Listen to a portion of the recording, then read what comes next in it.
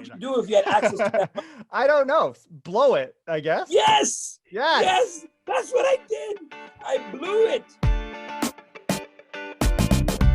Hey investors, Bradley here from Watson Estates, and you're listening to the largest, fastest growing podcast for Toronto real estate on iTunes, Spotify, and Google Podcasts. Today, man, we had a good episode. I'm so glad to share with you my interview today with guest Alfonso Cuadra. Just a few accolades to share with you. He's the CEO of Arca Property Management, founder of Cuadra Youth Foundation, professional speaker at Keyspire. He's an author of a book called From the Ground Up, TV host, producer. Man, this guy's got a large list of accolades, but I'll tell you the most valuable thing he brings to this episode is his story. My goodness, you're going to love this one. If you're looking to be inspired in order to take that next step and grow your real estate portfolio, look no further. This episode is for you. If you're getting value, please hit that like button and subscribe to our channel, and do Alfonso a favor and share this on social platforms as well. I know you're going to love this episode. Enjoy the show. Alfonso, thank you for joining us on the show. How are you doing today? Hey, pleasure to be here, my man. Pleasure to be here. I see a lot of good things. Keep it up. Thank you. And when you sent me a message, I'm like, who is this guy? I'm going to learn a little bit about this guy. And as the more I learn, the more I want to know. And so I thought, you know what, let's get this guy on the show. He could tell us a little bit about his story, which is a pretty good one from what I can tell. And I want you to motivate our audience today. We're going to play around with some of that. I know you're laughing because you don't believe in motivation, but you're going to tell me why along the way. I want you to start off with your story. Tell us a little bit about how did Alfonso become the guy he is today? Whoa, so I'm going to give you the cliff notes. We could be here quite a while, but I was born in El Salvador, Central America, a little itty bitty country, smaller than New Brunswick, right? And in the 70s during the Civil War, and my mom was unfortunately caught up with politics there, and we ended up in a situation where she was incarcerated, illegally detained, you could say, and there was a lot of like human rights issues, and this is what's going on in the 70s. You're probably too young to remember. Definitely, you probably weren't even born yet. So I'm just aging myself right now. But 70s and 80s, a lot of turmoil in Latin America, especially Central America. And so we moved around from country to country, actually ended up in 2 wars. So a war in El Salvador, I had to go in hiding, and, they thought they were going to kidnap me. I wasn't allowed out for over 3 years. My mom went to prison, illegally detained because of some political issues. We moved around. We ended up in another country, Nicaragua, also in Central America, and another war broke out. So between the ages of 2 to 9, I've spent it, running away from regimes, running away from wars. And after 5 years old, you start to realize, you become aware of what's going on in the world. And so by the time I had come to Canada, I was 9 years old. We came here as landing refugees from war-torn Nicaragua at the time. I was born in El Salvador. And, I had a really rough time integrating into school. Now, think about this. Young person, had to go from, first of all, I was in hiding, so I couldn't go to school. And then moving country to country, you don't get those educational opportunities like everybody else. And also on top of that, in school, they never taught anything that I was interested in. I don't know if you're like me, but I would be sitting there in school, and I'm like, why do I need to know this? So, I asked a lot of good questions. I asked a question to one of my teachers when I was 11 years old. And I said, because I heard this word mortgage, and I put out my hand. I said, okay, I have a question. What's a mortgage? And the answer that I got was, a mortgage is something you get when you're older. That sounds exciting. I mean, it's kind of true. What? It's not wrong. And even at 10 years old, I knew that wasn't an answer. You know what I mean? It's like COVID, right? Yeah. So So I knew I was on my own, right? And so I got so frustrated with school. And you know what? I believe in education, but it just wasn't for me. Right. I ended up dropping out of high school at 15. And because of some conflict at home, I also ended up leaving home. Now I'm 15 years old, homeless, sleeping on park benches, in banks.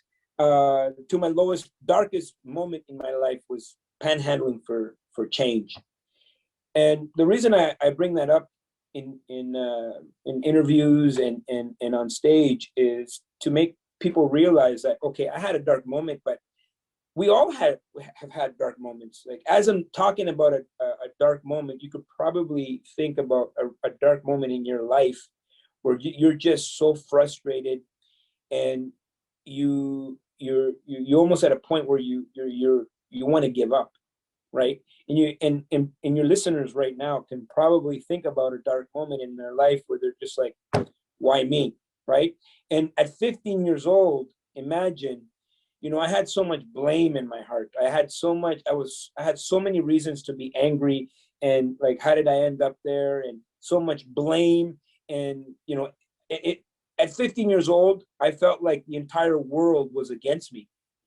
And, you know, and so I learned a lot on those streets. I had a lot of dark moments, but I had a life changing moment. And I think this is where you want to get to when we talk about motivation, inspiration, and finding your why.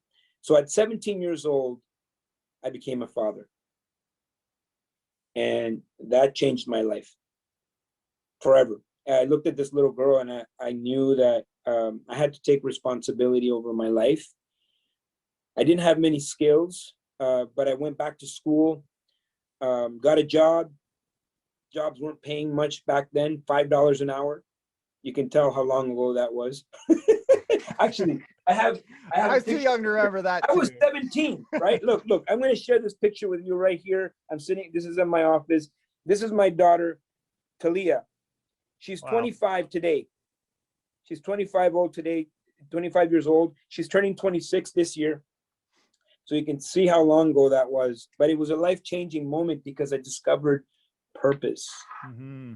That was my why, you know. And at 17, that can be very powerful. And a purpose powerful enough can make you unstoppable. And so I got a job, $5 an hour. And it was hardly enough to feed a small family. I was going to school full time, and I had this little job. And so what I did was I started a little business, a little what they call it now, side hustle. But it was a clothing business out of my locker in high school.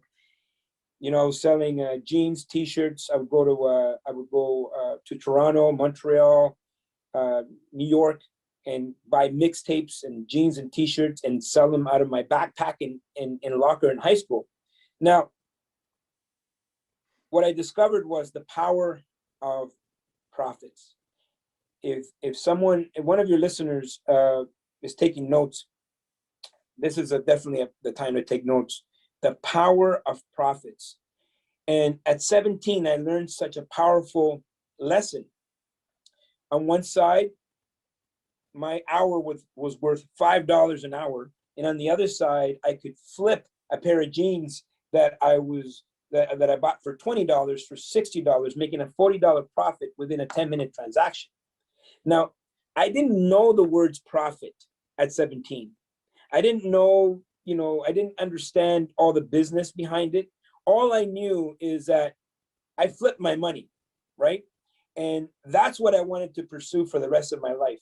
I knew that, you know, if I could find a product that was valuable enough and I could find it at a discount, I could sell it retail. That's all I knew. My 17-year-old brain was saying, this is somehow better than dishwashing for $5 an hour, right? Right. And so I pursued profits for the rest of my life. I opened a physical location at 19. By the time I was 21, that first location ended up resulting in multiple stores across Canada. I was extremely successful in the clothing business. The only problem was that I was very much a consumer at 21. Bradley, how old are you? I'm 30, sir. So, because you look 25, I was going to say. You know what? I'll take that as a compliment. I try and shave to try and get that little bit extra, but it didn't work today. Well, okay, so that was 10 years ago for you, or 9 years ago for you. And so remember being 21, if you had access to all this money, like a company that was, pretty much printing money, what would you do at 21? Dude, I was nowhere in this mindset at the age of 21. But what would you do if you had access to that money? I don't know. Blow it, I guess. Yes. Yes. Yes. That's what I did. I blew it. Cars, jewelry. I had moved to Miami. And, when the market correction came in 2001 as a result of 9/11, I didn't even know that existed. I didn't know that there was recessions and, I didn't know there was recoveries, expansions. I had no clue. I didn't even know what a recession was. And, there was a mini market correction after 9/11. Things stopped, everything froze, and I was inexperienced. I had no reserves, and I almost lost everything. So at 21, I had almost $1 million in my bank account, and now we fast forward to 24, I'm negative $1 million. So now I blew through everything, and I had all this stuff, and none of the stuff had any value. And so I remember being extremely depressed and feeling down on myself. It's like, damn, I forgot about why I started, right? I forgot about the reason that I started, and I started to ask better questions, right? Like, first of all, this is not the way, and so what's the way? And so I was fortunate enough to meet some mentors, and they gave me some books: Rich Dad Poor Dad, Think and Grow Rich.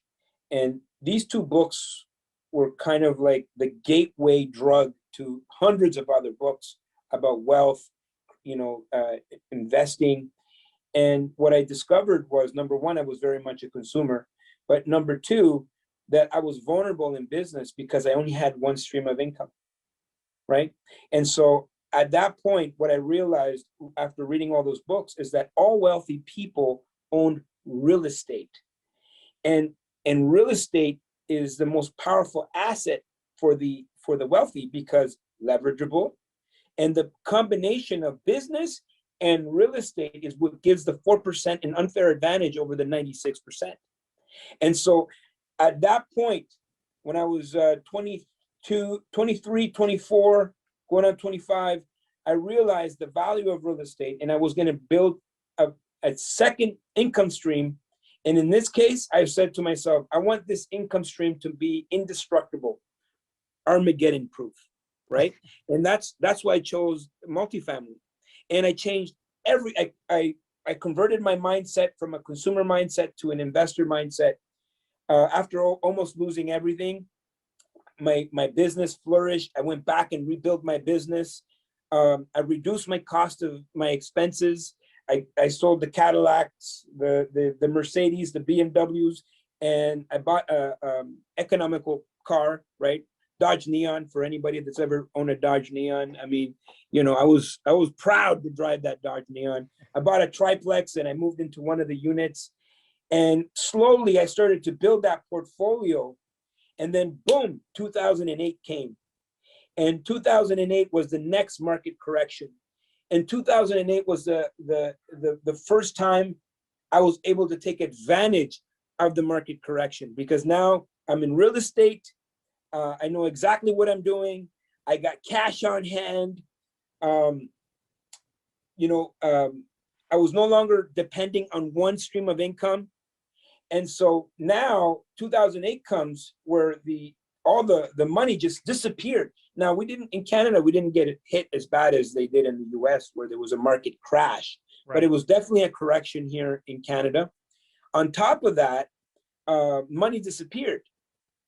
And I was in apartment buildings in that time. And so what I discovered was, the CMHC model, right? Because that was the only lending that was really available in 2008 were insured mortgages. And so they have a very strict underwriting policy. And so I remember being so frustrated and asking really good questions like, why do you guys underwrite properties in such a way, apartment buildings? And they said, well, we don't want to lose. Well, I don't want to lose either. So I started to adopt that underwriting philosophy to my business. And since then, I've scaled to owning apartment buildings all across Canada, hundreds and hundreds and hundreds of doors from New Brunswick, Alberta, Saskatchewan, Ontario, Quebec. And I fell in love with apartment buildings. That's what I do full time. I have a professional property management company. I love to teach people. I'm on stages. Before COVID, I was on stages all across North America, teaching people on how to invest, how to go from the consumer mindset to the investor mindset. And if you can make that shift, because it starts with mindset, if you can make that shift, your life will change forever. So I hope that wasn't too long. But I thought it would be an interesting story for you. I love letting guests speak. And I'll tell you, one of the things I love about you, Alfonso, is, first of all, you're extremely authentic. I think regardless of the story, you come by it very humbly. And I just love the way you've been able to take your circumstances and be able to really self-evaluate. Like, you've really been able to identify who you are today and where you want to go. And you've had no shortage of bumps along the way, right? So that's what makes it fun, though. That's what makes it fun.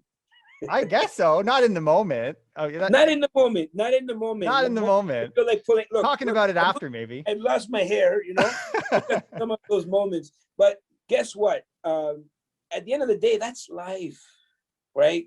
It's the ups and downs that make it interesting, right? And you just have to learn from every down.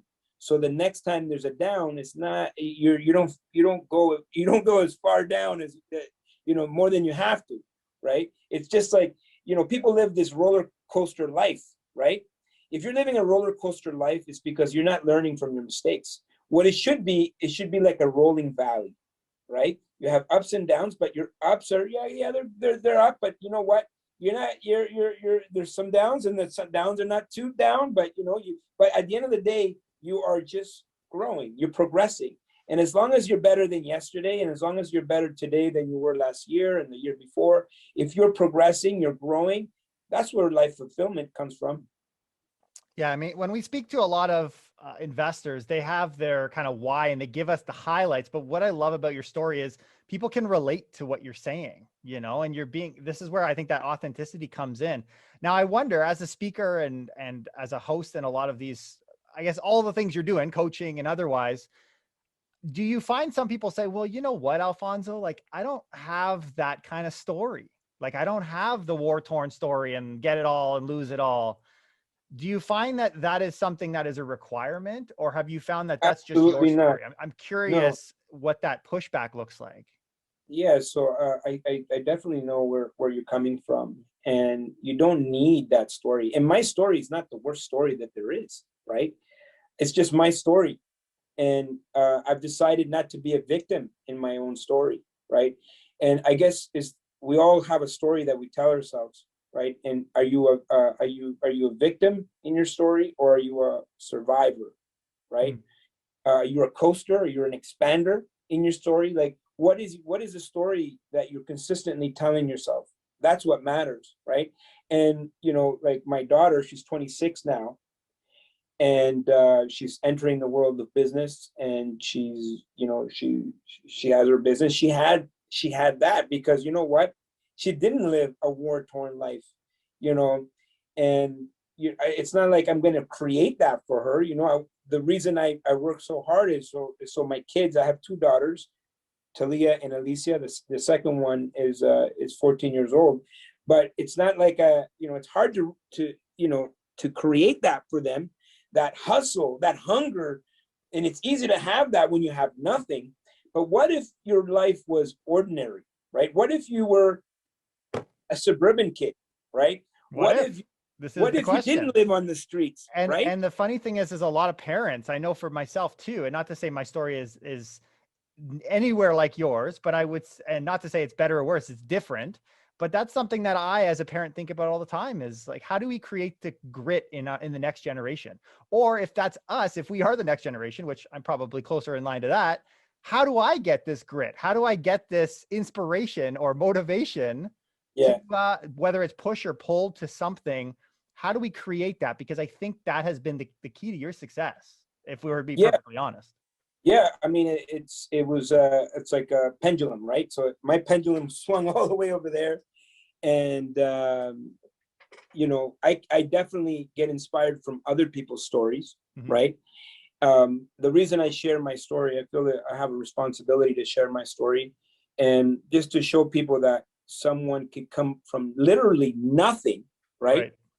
And make it, like, and bring value to this country. Yeah, right? And like for example, when I was I told you I slept in a bank, in a few banks actually. A few years ago, I was hired by the National Bank of Canada to go and train their top level executives on success. And I remember getting up there and I said, guys, you know, you wouldn't believe it. Life is full circle, right? Because when I was 15, I slept in one of your banks. And now I'm here teaching you about success.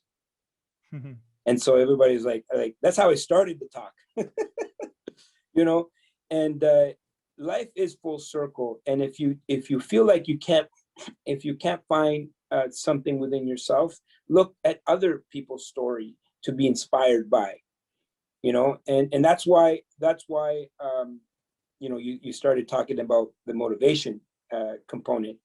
And the reason, it's like, you don't need to have a crazy story. You know, you don't have to come from a really, really dark place in order to be extremely successful. It happens, but not everybody has that, right? Like Bill Gates lived in suburbia. He was a regular kid. His mom was part of a university, and he was able to have access to computers at a very early age, right? So there's something to be said about the 10,000 hours, right? So look for others stories to be inspired. What I tell my daughter is, find something to hold on to within your life, so you can say, you know what, that's the reason. Like, there has to be a why. Like, that why has to be powerful to you and you only. And it could be something like your best buddy told you it's not possible, right? Something as simple as that, you can grab onto it, right? Your car breaks down and it's uncomfortable. You know what? You can grab onto that, right? You know, your credit card gets declined, right? In front of your friends or your family. That can be an embarrassing moment. And you say to yourself, you know what? That's the last time that's going to happen to me ever again, right? It just has to be a moment in your life that's significant to you that you can grab onto. Look at other stories for inspiration. And here's the next thing. Put in the work. 10,000 hours makes you an expert at anything, makes you qualified at anything. And what you're doing here with this podcast, you're doing exactly that. You're leveraging other people's stories to add to the value that you're going to add to other people's lives. Dude, I'm getting all the value. We don't need any listeners in this room right now, and this has been worth every second. Well, that's what I'm saying. And look, you know what, you created a platform that serves others, but indirectly it also serves you. Absolutely. You sound like you're straight out of Think and Grow Rich book when you talk. Like, all of the examples you're giving all have an emotional link to it. Like, that emotion that you're putting behind the why is where you kind of get that extra push. You know, that's what I'm kind of hearing in that explanation there. Yeah. And we talked about the motivation. The problem with motivation is that it's short term, right? Even the you know, like, you can go rah, go to an event where everybody's like, when you go home, there's nothing, right? Because that's motivation. You can motivate the football team and they will go perform that day. But what you're looking for is inspiration. Because inspiration, the second you're inspired, something switches in you, and the pendulum starts swinging the other way, and you start on a momentum. And if you can add more fuel by understanding why you're doing something, by understanding your why, you become unstoppable, right? And so it's inspiration that actually gets people to change their lives for the long term. Motivation is short term. Like you can motivate a monkey, and all you have is a motivated monkey, right? And so that motivation, and where people are like, oh, you motivate me. I don't want to motivate you. I want to inspire you to change. I want to inspire you to change behavior, because that will have an ultimate impact in your life, not just motivation, right? And so look for inspiration versus motivation. So Alfonso, let me ask you this, man. So I'm sitting here, I've got maybe a little portfolio of properties, and I want to blow up. I want to go crazy big here. What do I do? What comes next? What's the catalyst to inspire me? Yeah. So this is something that I noticed back in March, almost a year of COVID. Wow. You know, I started to look closely at people's behaviors, right? So I noticed that there was people that retreated, right? They contracted during that time. I noticed that too. Right? Yeah. There was people that were just like spectators, and they're like, no, it's gonna change. Everything's gonna be all right by April, you know, or by June, by August, but you know. But it's okay. I'm just going to watch the news, watch Netflix. Everything's going to be all right. Or next year. And then there's people that took action. There was people that expanded during that time, right? And I was one of those people that when the second COVID hit, I went right into action. And it's time-stamped. I have a YouTube channel, and What's it called? Alfonso Cuadra. If you go to YouTube, you type in Alfonso Cuadra. We'll put it in the links too. Everyone can check it out. Yeah. So you can go to my channel on YouTube, and back in March, it's time stamped. I did a video. It was like, you know, my thoughts on COVID. That's all it was. And I said, guys, first things first.